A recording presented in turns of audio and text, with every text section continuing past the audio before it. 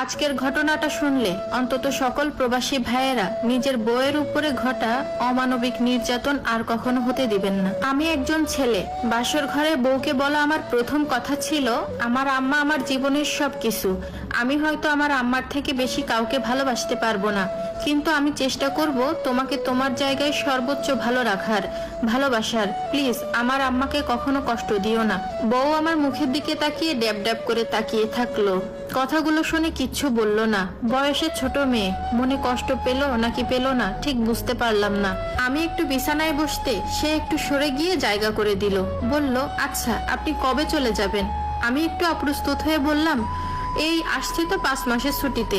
মেয়ে দেখতে দেখতে প্রায় 1 মাস হয়ে গেল, বলতে পারো গুনে গুনে 4টা মাস আছি। এরপর আমি আমতা আমতা করে তাকে জিজ্ঞাসা করলাম, আমি তোমার নামটা ভুলে গেছি, কি যেন নাম তোমার? সে বলল, রিনি আমার নাম।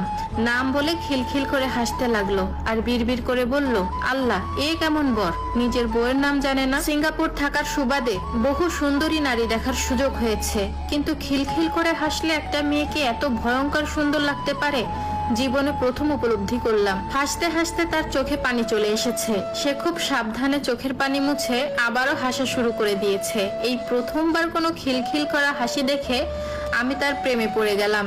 আমার পুরো জীবন এখন ঋণীময় হয়ে গেল।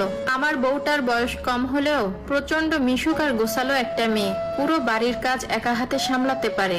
আমার মা আর বোনের আরামায়েশের দিন ফিরে এলো। অবশ্য কাজ করা নিয়ে রিনির কোনো আফসোস নেই। আমি যতদিন দেশে থাকলাম রিনিকে সাহায্য করলাম। আমার যেদিন ফ্লাইট ছিল তার 3 দিন আগে থেকে দেখলাম রিনির চোখে আধার নেমে এসেছে। আমি টের পাই সে বাথরুমে গিয়ে কাঁদে, রান্নাঘরে গিয়ে কাঁদে, বারান্দার আড়ালে গিয়ে কাঁদে, আর আমার সামনে এসে স্বাভাবিক হওয়ার ভান করে। আমিও ভান করে থাকি। এই যে প্রতিবার প্রিয়জনদের ছেড়ে যাওয়ার কষ্ট সহ্য করতে করতে আমি আজ ক্লান্ত। মাত্র ইন্টার কমপ্লিট করার পর প্রবাসে পাড়ি জমিয়েছিলাম জীবিকার তাগিদে। আব্বা মারা যাওয়ার পর ইচ্ছা থাকতেও পড়াশোনা করতে পারিনি।